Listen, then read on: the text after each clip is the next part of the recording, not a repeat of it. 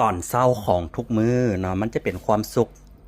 แบบหนึ่งที่หลายคนหาบ่ได้เลยทุกคนเป็นยังคือหาบ่ได้เพราะว่าตื่นนอนมามันเป็นบรรยากาศที่ดีที่สุดในท่ามกลางที่อ้อมด้วยไปแบบบรรยากาศอากาศดีเนาะที่บ่ได้มีบอลที่แบบเฮือนซานบ้านซองหลายเลยมันสงบดีที่สุดทุกคนและอีกอย่างหนึงก็คือเฮาก็จะมาอยู่กับบ่อกบเนาะกำลังเริ่มต้นมื้อนี้มื้อที่สี่แล้วทุกคน เป็นบ่อธรรมศาสตร์เนาะบ่ได้พิธีพิถันอีหยังหลายบ่ได้ใส่งบอีหยังหลายทีเนาะเพียงแต่ซื้อกบเข้ามาแล้วก็ใส่พื้นที่ว่างให้มันเกิดเป็นผลประโยชน์ทุกคนเห็นบ่กับซื้อหัวอาหารมา1กระสอบนี่ตอนนี้ใส่งบอยู่ที่ประมาณอยู่ล้านกว่าๆเนาะได้บ่อกบมาประมาณนี้ทุกคนนี่มีกบอยู่ประมาณ 1,000เนาะ 1,000 กว่าโตวตอนนี้เนาะวันนี้คือเกลืออาหารมันอยู่ที่3มื้อต่อเทื่อเนาะเดี๋ยวตอนนี้กำลังเล็งน้ำเข้าเพราะว่าเฮาเน้นธรรมชาติเนาะบ่ได้เน้นอยู่ที่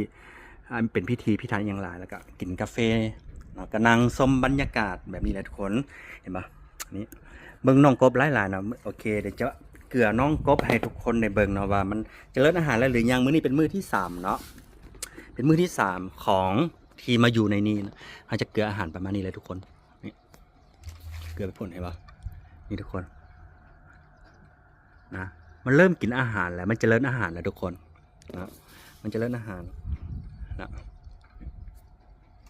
ะเดี๋ยวจะวานไปอีกวานไปสุดๆผู้บอก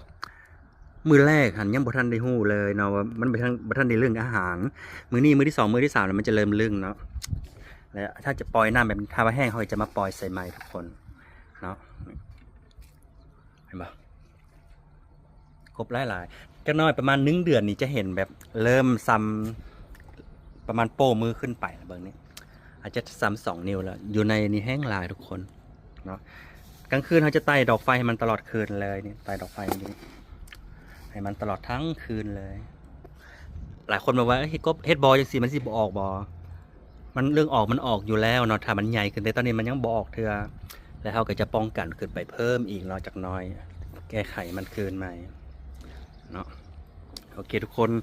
ฝากติดตามซองอนัทเด้อกำลังเฮ็ดซองใหม่เนาะใครสนใจอยากได้อยากได้ ใครสนใจ